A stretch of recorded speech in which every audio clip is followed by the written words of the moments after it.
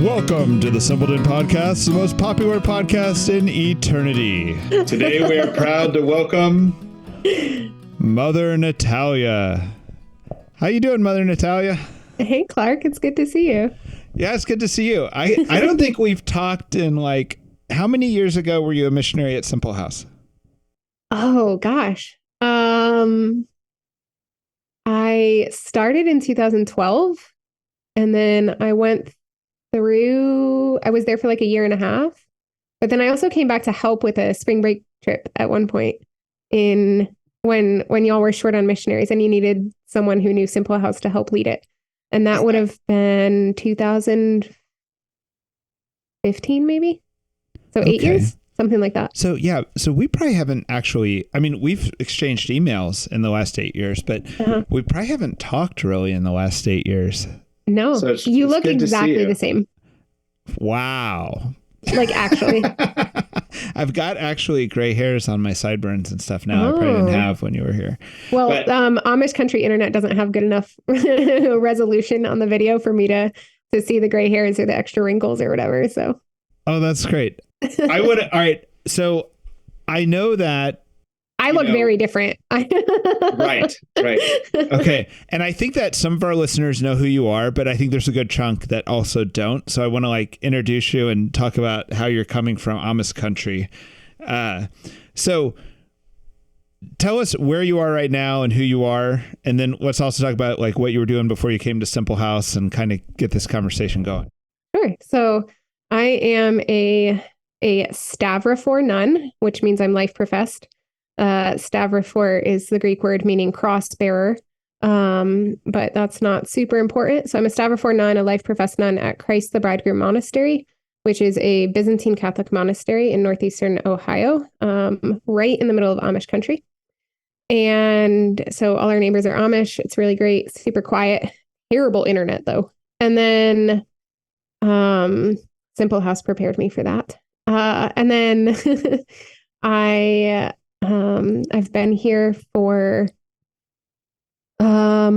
just over 8 years. It was 8 years a couple weeks ago. So made my life profession in 2021.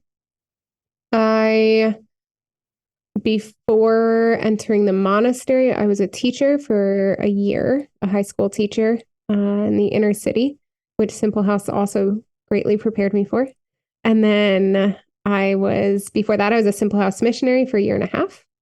And before that, I was in college. I got my bachelor's degree in engineering physics from Colorado School of Mines. And then before that, I moved over 20 times. So it's really difficult when people ask where I'm from. I went to, I think, 12 or 13 schools in 12 years. Was your dad in the Navy? That's my memory. Mm-hmm, right. 20 years. Yep. Yeah. And how long have you been Mother Natalia? Since 2021. So in the Eastern tradition, the nuns, when they make their life profession, go from sister to mother. So it's not like I'm the superior in the community. It just means that I'm a life professed nun. So we have here in our community, we have 6 who go by mother and one sister and then another entering in December. But the Eastern tradition, this gets particularly confusing for people. The Eastern tradition is paralleled in men's monasteries where life professed monks are called father. So we just had a monk here on retreat who goes by father, but he's not a priest. Which actually the monks were called father before priests were. So it actually originated with the monks. Fun fact. So let's talk about this for a second. So you are a Catholic, not Orthodox, but actually Catholic, right? Correct. And, in the Orthodox Church, there's a lot of national or regional varieties, right? Like a Serbian Orthodox or Ukrainian or whatever. Is that true in the, what do you call your status? Byzantine, right? Yeah. That is true. So there are, and for all of those, some Roman Catholics who have never heard of the Byzantine Reich get kind of freaked out by this. So I will start by saying, if you're at all stressed out by hearing this and you're a Roman Catholic, this is in your catechism. So go look in the catechism. It lists the different rites of the Catholic Church. So there are multiple rites of the Catholic Church. Within those rites, there are different churches. So we are the Byzantine Rite. Within the Byzantine Rite, there are Ruthenian Byzantines, which is what our community is. There are Ukrainian Byzantines, Melkite Byzantines, so on and so forth. There are, Coptic Catholics exist. They're much more rare than Coptic Orthodox, but yeah. So one of the questions I have related to that, I've always, why aren't you American Byzantine? Why, these are regional, I don't know, it's not and am I allowed to also say that you're in union with Rome? Because I feel like one time I talked to you about this a long time ago, and the word uniate is a little bit of an insult or something, or not? The word uniate is usually used as an insult. It's like a derogatory term. Okay. But to say that one is in union with Rome is correct. That's not an insult. That's not derogatory. Okay, I was worried about that. And then why these national, are you doing different liturgies based on the national affiliation? And then why aren't there new national affiliations like an American or Canadian Byzantine? Yeah, that's a really great question. I'm gonna answer it and hope that it's right. So any listeners are welcome to email Clark and say, tell that nun she's wrong. That's totally fine. We will publish a correction if we need to. Go ahead. That's great. We have to do that sometimes on my podcast too. So the reason that the different churches are regional is because of the different traditions that developed in different regions. So all Byzantines have the same liturgy. That's why we're the same rites. We use the liturgies of St. John Chrysostom, St. Basil the Great, but within the rite, within the ritual, the liturgy, there are different melodies from different regions and different kind of smaller traditions of different things that are blessed on certain feasts or things like that. And that's just because of different regions had different ways of singing, different. So for instance, the Ruthenian Byzantines are one of the rites or one of the churches that are not, we're not based out of a particular country, but along a mountain range. So the Carpathian Mountains are where the Ruthenian tradition comes from. So we're basically the hillbilly Byzantines. And our music sounds a lot more hillbilly than the other traditions, which I feel like I can say because I'm Ruthenian, but. Well, I recently looked up Carpathian folk music. Oh, great. And it does sound like bluegrass. Uh-huh. One of my favorite, there's different versions of Christ is Risen. And my favorite version of it is, I think it's the Carpathian melody. And it's like, Christ is risen from the dead, trampling down death by death. It's super fun. Yeah. So we're the hillbillies. Why do you think? I know I didn't mean to go down this road, but if you're a Mexican Catholic, right, like Roman Catholic, and then you come to another city in America and you're going to a church with a lot of Mexicans that go there, you might have a better feast day for Our Lady of Guadalupe.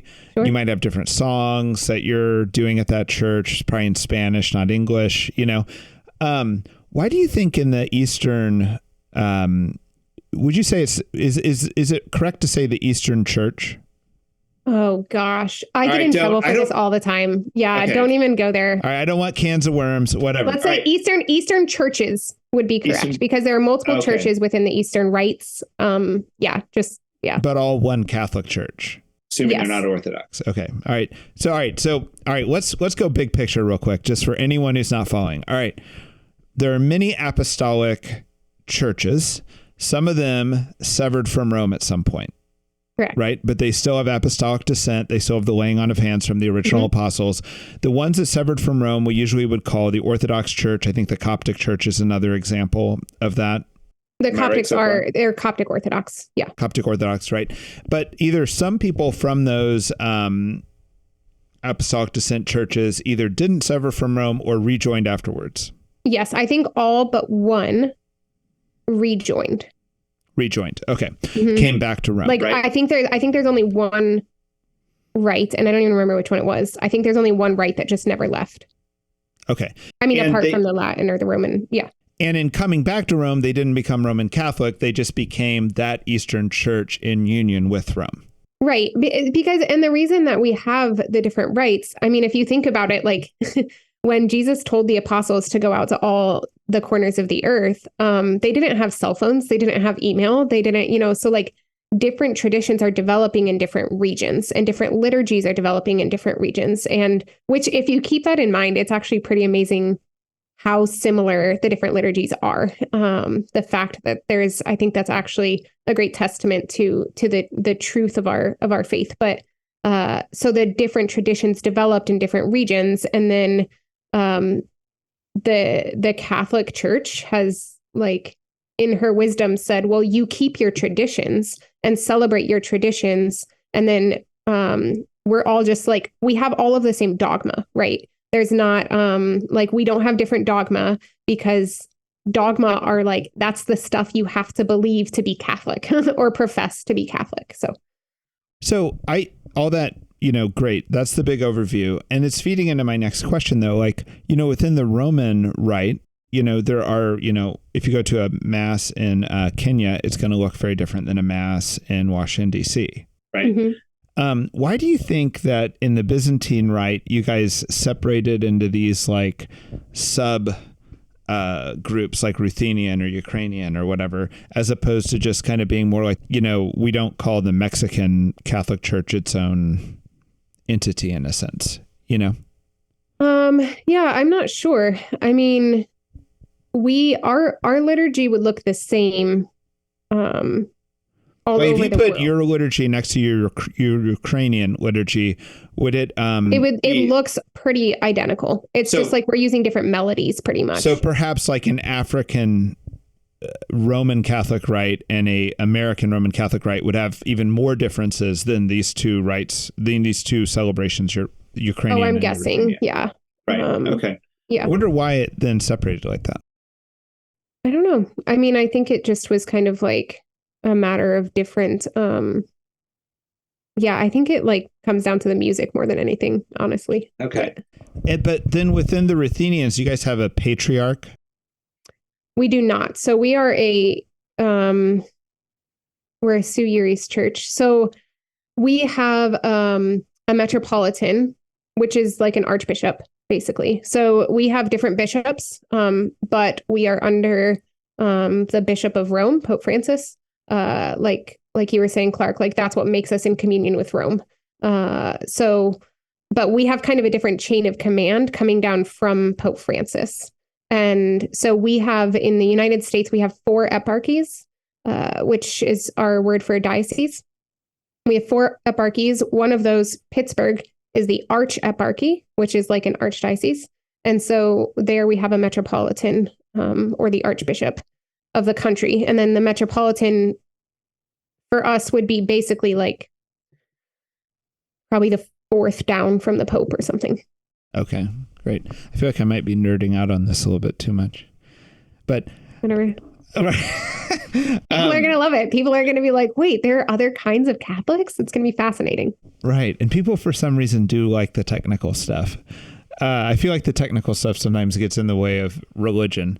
Uh-huh. But so you have this interesting ministry, Mother Natalia, and I feel like the first time I saw it was been looking for this video because it somehow came across like some text message or something that I somehow found it a couple months ago and I've lost it again.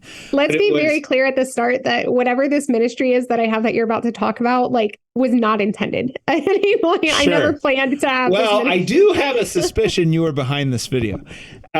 It was you guys having like a rap battle with another monastery, but it wasn't rap. It was like you guys were singing. It was an Adele parody. It was an Adele parody video. About Oreo cookies. About Oreo cookies. Yes. Where is that video? People want to watch it. I don't know. Christopher West posted it at some point. Okay, good. If you search, I'm sure if you search on YouTube, Oreo Mercedarians Byzantine something like that. It'll come up. Yeah. Okay. Right. Good. All right. Yeah. We have a community. There's a community of Mercedarians that are on the west side of Cleveland. This is everything I'm saying here is important. So, and the Mercedarians wear white. We are the Byzantines, who are both Eastern Catholic and live on the east side of Cleveland. And so we did a parody of Adele's Hello, but it was hello from the eastern side and hello from the western side or something like that. And yeah. Okay. Well, right there, you guys are not cloistered, are you? Or correct. We're not. You're not. Okay. But right there, you kind of realize that your monastery had a certain freedom to do some media that you don't normally associate with a group of religious sisters. Yeah. Right. And then I remember seeing you appear on Matt Fradd, and I was just like being like, hold it, I know that. I don't really watch Matt very regularly, but like I just saw your face pop up on YouTube. I was like, I know her. I know her. Like, what's this? You know? Really well. Right. And then, yeah. And so, and then it was like, and then we had last year had a guy at Simple House, and I was asking everyone in the room, like, how you heard of Simple House, because that's important for our recruiting, like if you're hearing about us through the Focus conference or something, then we need to take that seriously or whatever. And he goes, well, I heard about you through Mother Natalia. And I was like, what? Like, like I still think of you of your old name. Yeah. And then I realized, Mother Natalia must be famous. It's right? So weird. It's so weird. Like people come up to me and they get so excited and they're like, I've never met a celebrity. I had someone who has, he's been nominated for like 4 Grammys or something like that. This guy that I met, and he was like kind of stumbling over his words. And he's like, I'm sorry. I feel like I'm talking to a celebrity. And I was like, you've got to be kidding me. Well, it's one of these like celebrity things where like you're very authentic and you speak very much, naturally. Right. So people probably feel like they know you. Even if they haven't met you. Right. Yeah. And that's strange for you. Because I don't they know a lot yeah. more about you than you know about them, right? Yeah. And well, I mean, Clark, you worked with me and almost lived with like the missionaries for a year and a half. And I'm a terrible actor. Like everything I'm thinking is always on my face. And so I can't even try to be inauthentic. It's just how I live life, and it's terrible. Right. I guess I think it'd be easier if you were an actor. Probably. Yeah, I guess that's what we mean by being terrible. But, and then I got this email from you that there's this movie coming out. All right. Yeah. I guess I feel like maybe everyone knows this, but I feel like I'm jumping the gun almost. But like this movie's coming out, or it has come out, right? It's in film festivals. Yeah. Okay. Can you tell us about that? Like what's going on? And also tell us about your podcast that kind of fills all this in. Sure. So I guess the podcast came first, so I'll share that first. My spiritual father, Father Michael O'Loughlin, used to be on a podcast called Catholic Stuff You Should Know. And then when he was in Colorado, and when he moved to California, he was like, well, I want to start a podcast of my own, and I want it to be Byzantine.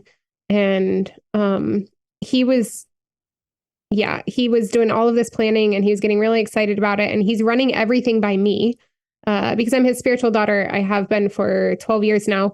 But then I also am just like, I'm a friend, and he and I have done work together and stuff and different ministry together. And so he's like running all these ideas by me. And I'm like, this sounds great. I hate giving talks. I hate public speaking. So it never crossed my mind that I would be on the podcast with him. I thought he's just using me as a sounding board. And then he starts talking about the co-host he has in mind. And he's like, I think it'd be good to have like male, female, and she's going to be great, and so on and so forth. And then he asked me, and I'm pretty shocked. And that was a whole thing. And it's a different story. But eventually I said yes, and then started this podcast with him. It's called What God Is Not, which is a reference to apophatic theology. So cataphatic theology is talking about what God is. Apophatic theology is talking about what he's not. So, which is the greater emphasis in the East, is to talk about what God is not, and as opposed to what he is. So anyways, that's the podcast, What God Is Not. We record weekly. It's on all the platforms. The documentary So the woman who filmed the documentary, her name is Elizabeth Mirzaei. I have no idea if that's how you say her last name. Her last film was nominated for an Oscar. So like, she's amazing. She's very talented. The work she's done up to this point has all been about Afghanistan, which she met her husband in Afghanistan, and she's a very devout Catholic. And she was just like wanting to do something, a documentary that was happy, because everything she's done so far has been like really tough stuff. And she wanted to do one that was happy. And when I asked her at some point in the filming process, I was starting to get nervous that she and I didn't have the same idea of what this film would be, which the film was totally Obedience. She asked my superior at the time. The superior said yes. And so, yes. And I feel very awkward being on any kind of film. And so that was a thing. And that was a process for a year and a half or so of filming. And, but anyways, at some point in the filming process, I started to get nervous that like, I was like, I don't even know why she's doing this. I don't really understand. And I just asked her kind of what her idea was for the film and why she wanted to do it. And she said, because it's a secular film, and the film industry in general and the documentary industry in particular is very secular and often very anti-Christian. And so she said she's in the academy. And so she said she watches these films to vote on them. And as she's watching all of these films at different festivals, she's seen multiple films about nuns, documentaries. And it's always the one, like the films are always about the nun who realizes she's in a cult and then runs away with a priest. And then, and it's like, she's like, they're putting these films out because for the shock value. But nobody is shocked by that these days. Like in the secular world, it's what they expect. Yeah. And she was like, what you're living, actually living the life of monasticism, and a devoted life to the Lord with joy, that's what's going to shock people. And that's what she wanted to share with the world. So yeah, it's called Natalia is the name of the film. And it's shown all over the world. It got awards in Moscow, awards in Nashville. It was in Switzerland and DC, which is why I told you about it, so that the Simple House missionaries in DC could go see it, which it sounds like they did. Yeah, I was going to say, our missionaries in DC went, and they even brought people who we do ministry with, or our ministry friends, to the. That's amazing. Yeah. They said it was amazing. They said the movie was amazing, and they said that it was like a great experience, and that they highly recommend it. Great. I still haven't seen it. I wonder how that'll ever happen, but if it's just going to festivals, well, for now it's in festivals. I think eventually her hopes are that it will stream on like Netflix or something like that. So great. Yeah. Yeah, no, I know. It's like the old idea of busting out of religion. It's like, man, that's a 50-year-old idea. Yeah. See, I mean, it's like you are really old if you feel that constrained, by religion, or in a very weird niche of, culture. The thing that's been interesting to me, what do you call the superior of your monastery? The hegumena, or the hegumena, depending on how you want to pronounce it. So you wouldn't say abbess? No. Or prioress? Okay. No, I think those are Latin words, probably. Okay. I might have made that up. And it's interesting to me also, just listening to you talk, it's now hitting me that the same priest you were working with before you came to Simple House, who helped you, really, I don't know if convert's the right word, but at least put you on fire for the faith, is the same priest you're working with today. And he's the other person on the podcast. Yeah. Mm-hmm. Wow. Yeah. Which is really, I mean, it's really beautiful. Like one of the things that, one of the pieces of positive feedback that we get about our podcast most frequently is what a gift it is for people to see that relationship and to see that chaste affection between a celibate man and a celibate woman. Because he's been, directing me for 12 years. He knows my heart. We have a great, just a great dynamic. And so. I also know that when you were at Simple House, you were already in communication with the superior of the monastery you're at now. Yes. Mm-hmm. Right. So that also strikes me that most people who discern religious life don't have that relationship, you know. And one of the things that I remember even from back when you were at Simple House was, you know, you'd say, hey, I talked to Mother so-and-so at Christ the Bridegroom. And it seemed like that the attitude of spiritual direction there was towards freedom. Absolutely. Yeah. That's been one of the greatest gifts of discerning with this community. Like our community has never been about numbers. And it's very much, Mother Theodora was the superior at the time, the Hegumena, and it was so important to her to not push anybody, and to our whole community, I think, has a really good understanding of if someone doesn't actually have a vocation, it's not going to be good for them to be here, and it's not going to be good for us.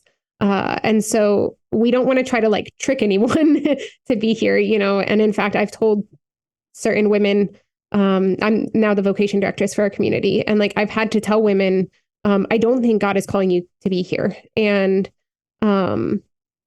because it's just a disservice to them and to us if we try to force a vocation. But it's also, I mean, to the extent that after my observership, a 6-week visit that I had here, which is kind of the last formal stage before entering, or before applying, I should say. After my observership at the end, I went to Mother Theodora and to Father Michael, and I said, I don't think I have a healthy and holy view of marriage. I think if I entered monastic life at this point, it would be because I am afraid that I can't be holy in marriage. And we're all called to holiness, regardless of our vocation. And that means I can be holy in marriage. And I need to know that so that I'm not running away because I think that this is my only chance for holiness. I didn't want to enter monastic life if I thought it was my only route to holiness. If it's my best route to holiness, the route that the Lord wants for me, that's fine. But not if it was the only way I thought I could be holy. I think that's really dangerous. It's dangerous to discern anything because we're running away. It needs to always be a running towards. And so I told Mother Theodore at the end of my observership and Father Michael this and that. I was like, I think I need to know that I can be holy in marriage before I can do this. I don't know if that means dating someone or in a healthy way, because I had dated plenty of men in very unhealthy ways. And she was like, great. Yeah. Take as much time as you need. Father Michael was like, okay, yeah, great. And yeah, I think that's great. You know, I think we both know that, if somebody's guilting someone into doing something, it's almost a cult-like thing, not a healthy vocation, right? But the way that they just feel they don't feel like they're anti the world in a sense. Of course, the world can mean various things. You're in some ways you should be against the world, but in another way, it's this is also God's all gift. Yeah. So, and then I kind of wonder, is there a connecting string there between that attitude in your spiritual direction and also this new ministry you find yourself in? Because it seems like they're just saying yes. I'm trying to imagine the nuns sitting around saying, hey, we should do an Adele parody and put it on the internet and rap, and challenge this other group of sisters. You know what I mean? What's even the chapter meeting look like where that goes down? Unless people feel free, and everybody's like, oh yeah, what's the problem with that? Let's do it, Yeah. Is that the way you feel about the community in general? Is that it is free like that? I think that there is a great freedom in our community. I think it's really been fostered, that freedom, especially in the last year or two, because we've had a great freedom always to say yes. We're now starting to have a great freedom also to say no. And that's something that's been very difficult for us in the past. Not no to vocations. Well, I think even with that, there's just like such a people pleasing attitude that I think a lot of Christians who are striving towards holiness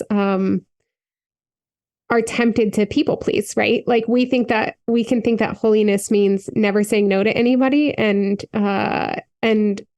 pushing ourselves to the point of an unhealthy exhaustion in order to just not say no to people. And so we've started giving a lot more no's, which has been hard for people to receive, but I think really beautiful and really freeing. And people have been very supportive of it, which has been great. Actually, yeah, like this podcast was an exception to that because we're not giving talks right now. And I was like, Mother Cecilia, a simple house has really been a very important part of my formation, and I would like to give them this gift. And she was like, thank go for you. it. So, yeah. Would you mind saying, like, when you think of Simple House or like anything that struck you about it or important memory or what, do you have anything like that?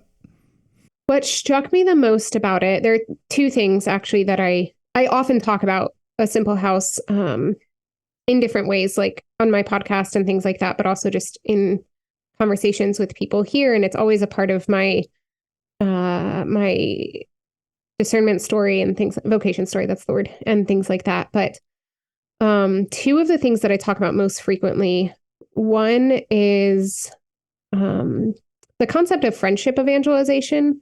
I've always really appreciated because the Lord calls us to relationship. Always he calls us to relationship. The Trinity is the model of relationship, right? We have a God who is constantly in relationship and with himself, with his children. And so to try to evangelize people simply by entering into relationship with the goal being sharing the love of the Lord in relationship, I think is really profound. And it's not just about this, like, maybe more instantaneous, like, gratification of putting money somewhere or giving some sort of material assistance, which are also important, but to really build real relationship with people was a great gift. And it's taught me to be more present to the people in my life.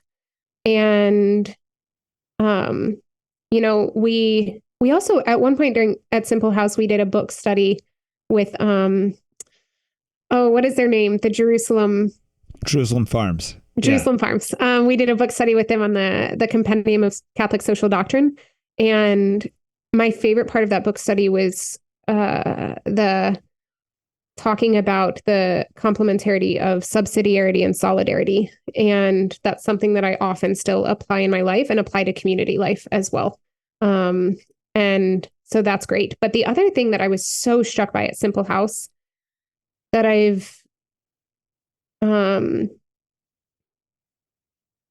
that I'm continually edified by was the dedication to poverty.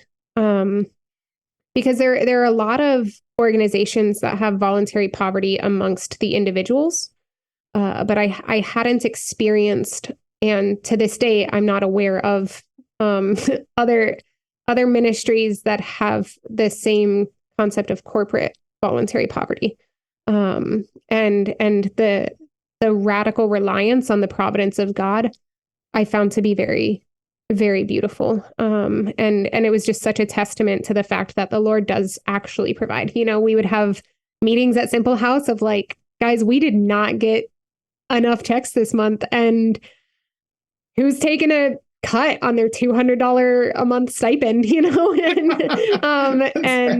And then we, you know, long meetings, long discussions of where we can cut costs. And then like, let's just take a break, run to the post office, you go to the post office, and there is a check for $5,000 in the, you know, like, it's just really beautiful.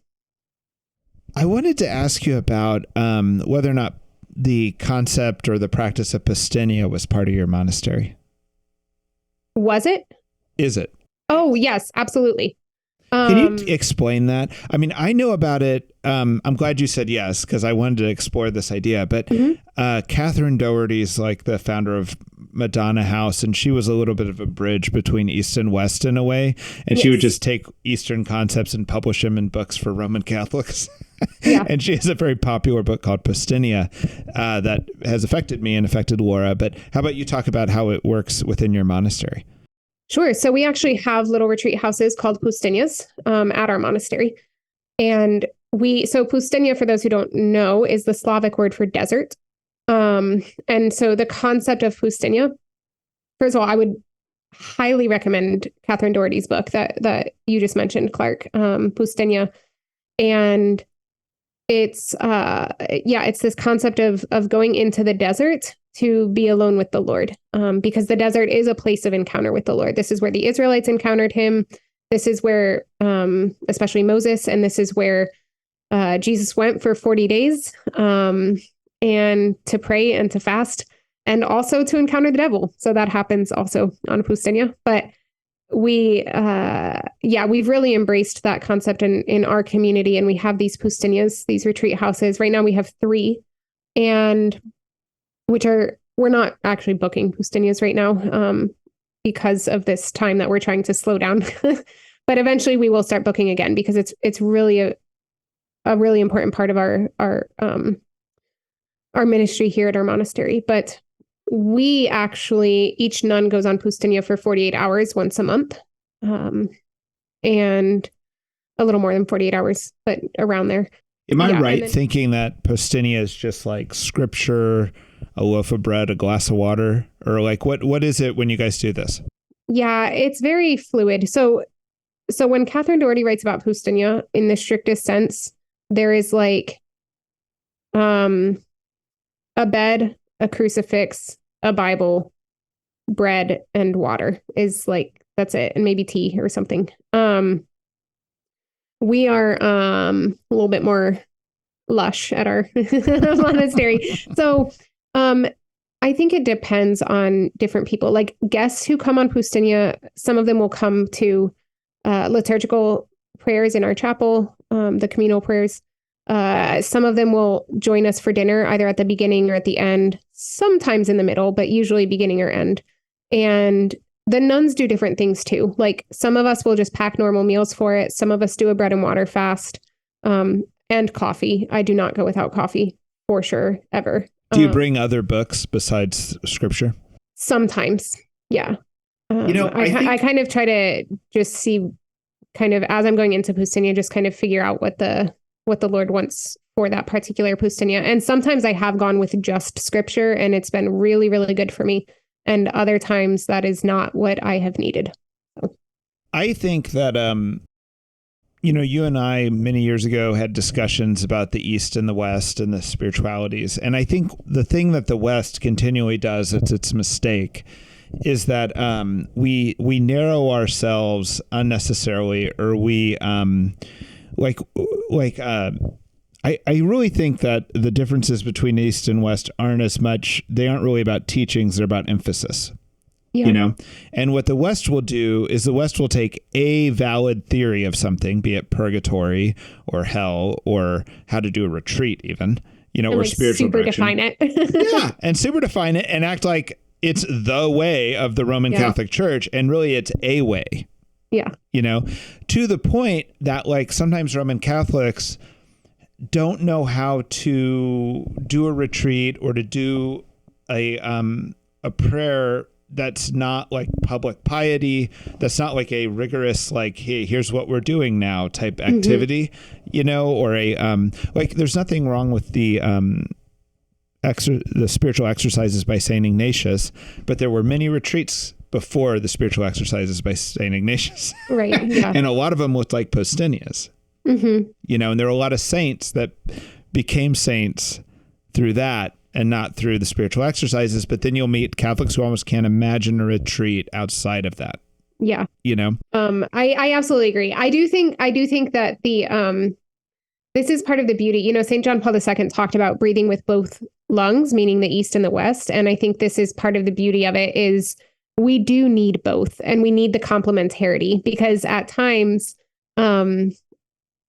Yeah, because in the East we're much more kind of like not wanting to define and not wanting to over define. This will be like super scandalous to some of your listeners. Like, we don't have a point that we say is the point of consecration. We're like, well, it happens somewhere between the words, and it happens somewhere between the "this is my body" and the calling down of the Holy Spirit. It's like somewhere in there. And then people are like, well, then what do you do if the church is on fire and he hasn't finished that part? And so how do you know if it's the body of Christ or not? And it's like, well, the priest just receives reverently, and God kind of takes care of it too. Yeah, right. It's like there's certain things that we don't have to worry about. Yeah. But at the same time, like in the East, we can sometimes like we haven't really changed our liturgy in 2,000 years, and that's great. Right. But we also like our lack of willingness to change, and kind of, we can kind of sometimes be like, I know, oh right. No, everything's fine. And we need the West to be like, okay, but guys, you need some rules. You have to have some. It's like the West has virtues. Yes. You know what I mean? And somehow the virtues is like the West has this kind of like kick your ass type ambition or something like that. Like, we will evangelize the world and we will send people now. You know what I mean? Yeah. And you just see the way the Roman church like sent all the missionaries and did all this work. And, the Russian Orthodox are just sitting there like, calm down. You know what I mean? And like, if you ever go to like Israel and you see like the chapels where the Orthodox will have a chapel adjacent to a Roman chapel, mm-hmm. or if you go to like Israel, if you go to old Orthodox churches, then go to Rome, people are shining that metal. And like in some of the old Orthodox churches, it looks like it's a virtue to never update, never clean it, never. And it's cool. It creates this very different sense of like, there's a lot of history here. There's patina on everything. And when you go to Rome, there's like no patina, mm-hmm. because they are keeping that thing polished. I like one of the jokes is, how many Byzantines does it take to change a light bulb? Change? Right. So, but it is the problem of the Roman side that we kind of overly identify our faith sometimes with what is actually the faith of an era, mm-hmm. or something, like, oh, this is a theological opinion of, that was very popular in the 19th century, and therefore it is the Catholic teaching. And it's like, mm-hmm. No, it's not. And the Catechism is pretty good about not doing that. You know what I mean? It's pretty good about saying, defining things in ways that 19th century opinion could be true, mm-hmm. but doesn't, like too much speculative theology is talked about as if it's real, as if it's the only way, in the West. Well, which is one of the really frustrating things that we experience at points when we encounter some very traditional Roman Catholics is some can like present tradition as though this very traditional way of doing it, like it might only actually have been the past like couple hundred years, and it's right. Like, well, actually, this isn't how it was done thousands of years ago. And like, we can get really hurt. And some of this is just like the underdog, because like the Byzantines have been so trampled upon at different points as being the little guys. So some of it's like that kind of complex coming out, but it can be really frustrating when our traditions are like sneered at or mocked. Like that can happen sometimes. And I'm like, you actually had this same tradition 2,000 years ago, and I'm okay with that thought or that tradition changing, but like, please don't just dismiss ours as being stupid or ridiculous when actually you used to believe or act on the same thing. I just have a problem whenever any of these traditions are elevated so high. Yeah. Meaning like they're like fashions that are I don't know how I got into my faith where like the thing I wanted to read was Church Fathers and Desert Fathers. That was my primary scripture first, and then Desert Fathers, and then some Church Fathers were kind of my area where I read, right? And you just come away with a different idea of what Catholicism is. Yeah, absolutely. And it's a very valid idea, and it's the type of idea that makes Vatican II not seem shocking at all. Mm-hmm. And I think it's what John Henry Newman, how he discovered the faith was he, was Anglican, and he starts reading the Church Fathers and he's like, it's hard to jive, Right. And I think he's also part of this like energy that became Vatican II, which was a little bit more stripping away of things that had accumulated on top of the faith. Right. And the real problem is when, I'm sorry, I'm over talking, so you correct me on any opinions you have different than mine on this, but like, I think it's like the Pharisees, it's like, in a way, a lot of traditions accumulated in Judaism on top of just the faith, right? And these traditions... They were like, they had their eye out for the wrong thing, and they totally missed Jesus. Like, not only missed him, killed him. Like they're the ones who are the energy behind, like he's breaking these things that we value as the highest, which aren't the highest, because they had misvalued them, right? But these things also become the handle upon which you control God. Like the Eucharist is, and the Mass is I think I'm using words correctly, is an instrument of grace. But if you instrumentalize it and you start acting like you have this handle on God through the Mass and forcing him to do things, it won't be an instrument of much grace. Right. Yeah. And I think that's what happens a lot with these like traditions is they become like control over the religion as opposed to that religion, which is supposed to like totally change you, devastate you, break your heart, bring you to your knees, make you completely available at God's mercy, which tends to happen when you have a loaf of bread, a bottle of water, and just scripture and no one else watching in a little room, but sometimes doesn't happen when you're like in the huge public piety moment. Yeah. Yeah. And I think a lot of that is when we have this kind of individualization of our faith and our piety, because one of the biggest problems that the past several years I've really become more aware of, and I think this is just from living the monastic life, which is just very intense. The monastic life is so intense, and purifying and good and beautiful and so difficult. And but like reading all of these fathers, the thing that the Desert Fathers talk about unanimously as being of the utmost importance is obedience. And to the extent that like they often talk about disobedience as being more grave than fornication, right? And I think that like I just see so many seeds of disobedience in our church that are painted as being like pious acts, and that are painted as like, well, but I know, like, basically it's like, I know better. And that, like, you see this with some of the traditions, but it's like dressed up in this piety, but actually like the Desert Fathers would say, this is very dangerous. And I'm not just talking about like, I'm talking about disobedience all over the church, right? Like bishops who are disobedient, lay people who are disobedient, priests who are disobedient, religious who are disobedient, like it's all over. And the worry I have there is like especially when the disobedience is like, but I want to, when it's like, because I'm grasping at this particular tradition or at this particular thing, and this I know better attitude is just what causes destruction in the church and in our souls. And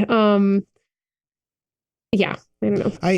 What makes it so difficult to talk about the idea you're trying to express is how like your monastery and these like spiritual directors you've had have embraced freedom. Mm-hmm. So it's like obedience is of this great importance, but this freedom is of this great importance. Like you don't just go to the spiritual director who gives you tons of obedience, Mm-hmm. And also it's the people like that Pharisaical mindset. It's like they were very obedient. They observed a kosher law far beyond anything even in the scripture, you know, and yet they were disobedient to Christ when they actually met God, you know? And so there's this bad, you know, it's hard to talk about this, you know? It is, because it's very nuanced. It's very nuanced, and it's the question of what obedience is. But I think the thing that makes me nervous is I've encountered so many lay people who are like, well, I understand why you're doing that because you're a nun. And so you have to be obedient, but I'm a lay person. And I'm like, oh, no. Like, lay people are also called to obedience. And like, it looks different than it does for a nun. But like, it's one of the evangelical counsels that everyone is called to. So yeah, I just remembered we have an annual fundraiser every year, and we put out a video for our fundraiser every year. It's like 25 minutes, usually, our monastery. And this year is the final of a 3-year series on poverty, chastity, and obedience. So our video this year actually is on obedience, but yeah.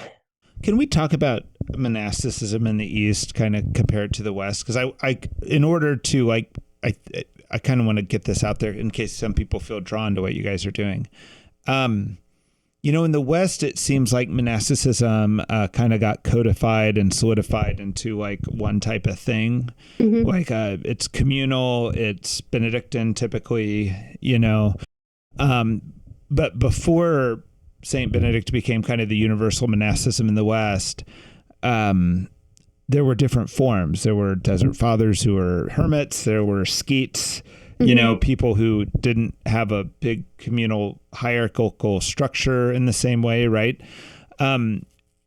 What is like and I also get the sense, like even in today's Eastern monasticism, that people who are older might become monks or nuns. You know, it's not just like, hey, before you're 26, make the decision and join.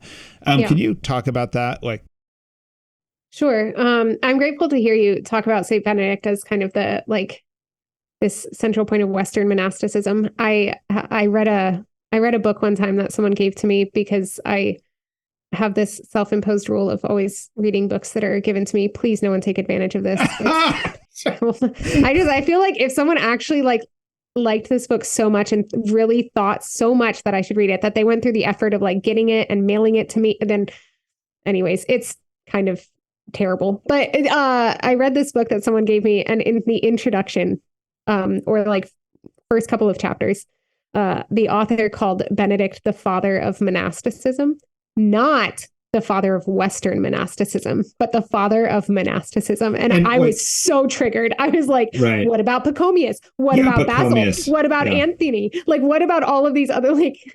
Well, let's talk about that. So like, even at the Benedictine Abbey up here, they have a Father Pachomius. Yeah. And he's like the father of communal monasticism is the way I would define that, right? Well, let's just give people a couple of historical things just in case. So essentially, there were many rules of monasticism, even in the West, up until about Charlemagne. So Charlemagne's coming after the fall of the Roman Empire, after what we used to call the Dark Ages, which I would still like to call that. And I've had a lot of arguments with Catholics about that. But Charlemagne comes in and it's like, hey, boys, get yourself organized, get yourself on the same page. And he basically made St. Benedict the rule of the realm. And then when you have Cistercians, that's really just Benedictines of the strict observance. Then there's these other people like Carmelites who look monastic, but they're actually friars, and et cetera, et cetera. So there are other types of monasticism in the West, but because of Charlemagne and making everyone become under the rule of St. Benedict, that's what makes St. Benedict so important in the West. Right. Yeah. So, but really, like hundreds of years before that, Pachomius would be the first person doing communal monasticism in Egypt, is my thought. Is that your understanding? Yeah. I would say so. So here's the biggest difference, I would say, in Eastern and Western monasticism. So we don't have orders. So that's a thing. So I shouldn't say we don't have orders. Like, traditionally, orders haven't been a thing in the East. Orders have developed in the East. But that wouldn't have like been so from the beginning. So, which part of the reason our monastery started was in large part in response to St. John Paul II's Apostolic Letter Orientale Lumen, in which he called for a revitalization of authentic Eastern monasticism in the Suyuris Church, so basically in North America. And that authentic monasticism of the East, we didn't have orders. So Benedict, up to the point of Benedict, what communities would do is they would all have a rule of life for their community. Benedict did not intend for it to become an order, Saint Benedict, but it did, right? So people took the rule of Saint Benedict, and that became the Benedictine order. We don't have that concept in the East. Like in the East, we continue to have this tradition of you each write your own rule, what we call the typicon, our rule of life. And so, which is like way too complicated to explain to people that we don't have orders and in a short conversation. So usually people can I ask, so like Sure. your monastery's like rule of life, does it evolve a lot depending on who the superior is, or is it kind of set at the beginning and doesn't evolve? No, it's like set at the beginning. It can evolve in the sense of like, we're actually making minor adjustments to some of the things right now, but like very minor and very like once the community is canonically established, which ours was several years ago, once it's canonically established, then that's pretty much your rule. Like you can change it, but you don't make a ton of changes. I kind of thought canon law was a Western thing. There is an Eastern code of canon law. Oh, there is. Okay. Who's in charge of writing that? Like, who knows? I don't know. All right, So too complicated. I really like have always wanted to study canon law because that's kind of the sort of thing that I really love. Maybe it's my engineering brain. But we came out with like practical there's a book that came out that was like a practical commentary on the Eastern Code of Canon Law. And when I told the nuns about this, I was like, guys, there's this book and I want it so much. I'm not going to get it because it's like $500, but I was like, I want this book. And I told them what it was called. And I was like, there's this new practical commentary on the Eastern Code of Canon Laws. And one of the nuns was like, the Byzantines came out with something new. And then the other one was like, the Byzantines wrote something practical. Yeah. So anyways, back to orders. So when people ask, they like see us out at the store or whatever, and they're like, what order are you from? And I always just respond with, we're from Christ the Bridegroom Monastery, because I'm not going to answer with like, well, actually, we're not an order, because that's ridiculous. But yeah, so people will refer to at points the rule of Saint Basil, which even Saint Basil didn't write this like as a rule to live by.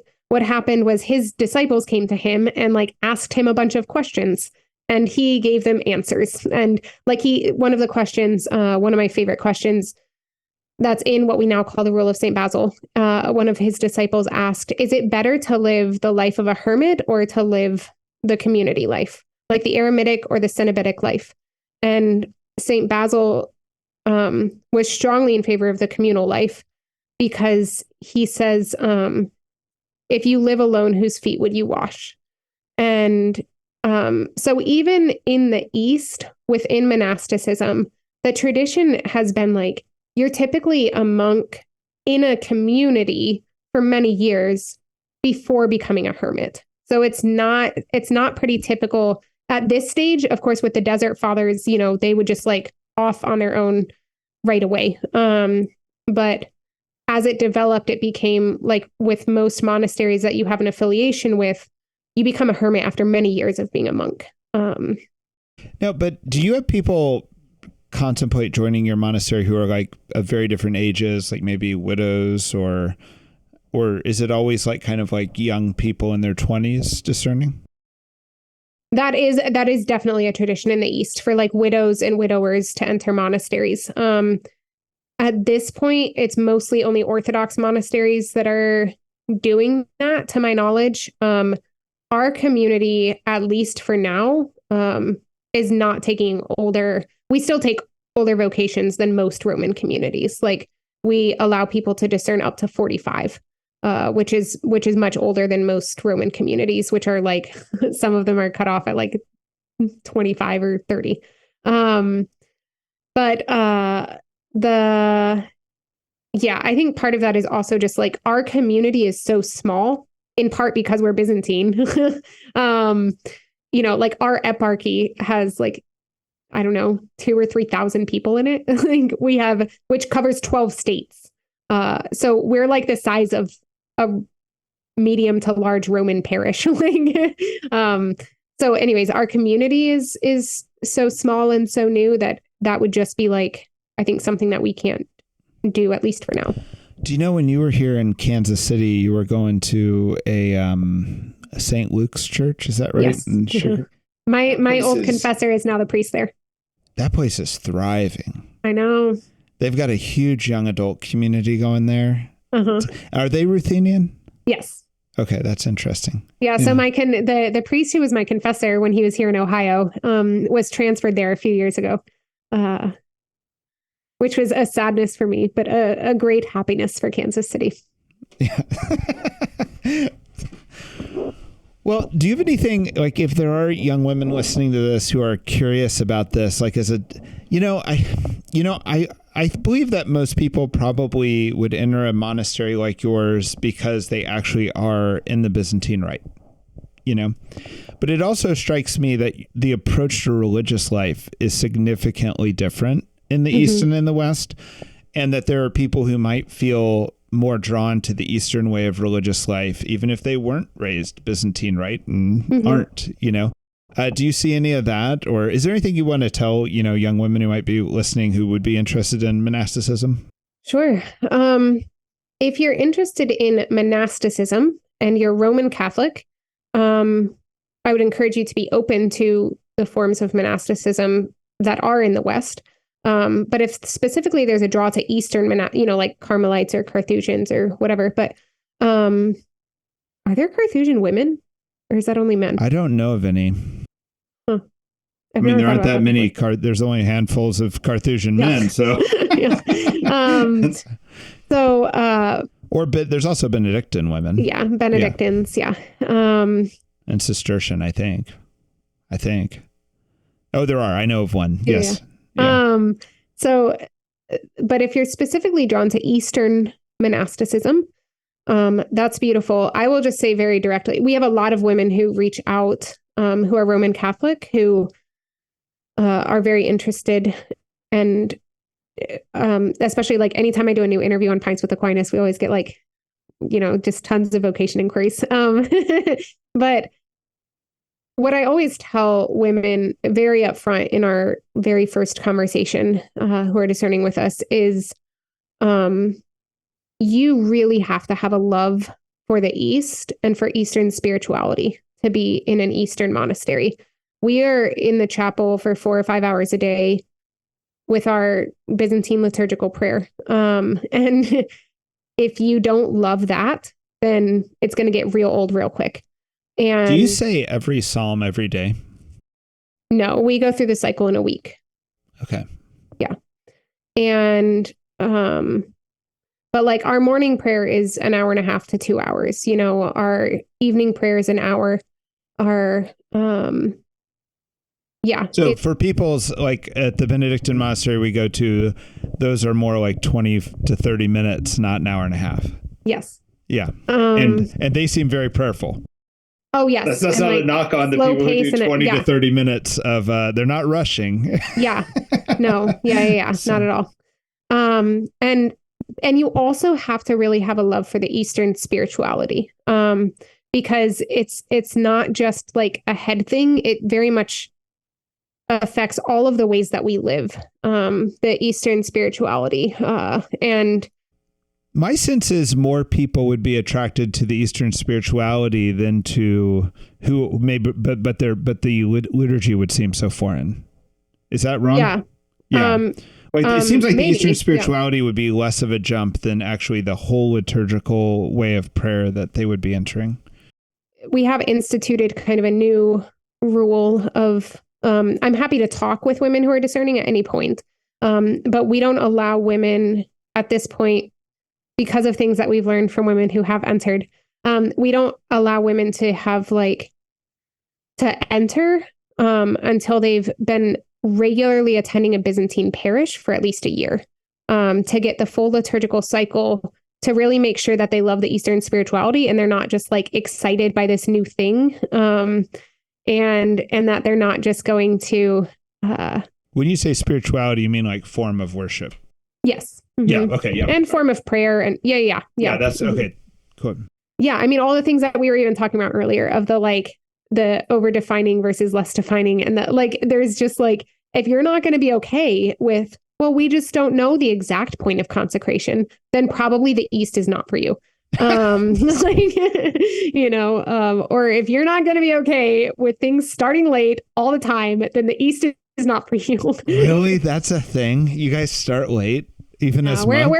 We're pretty good at like starting prayers on time, but boy, that is so culturally interesting. Just kind of like, I mean, like also just from like the West just can't help itself but be productive. Yeah. You know what I mean? Yeah.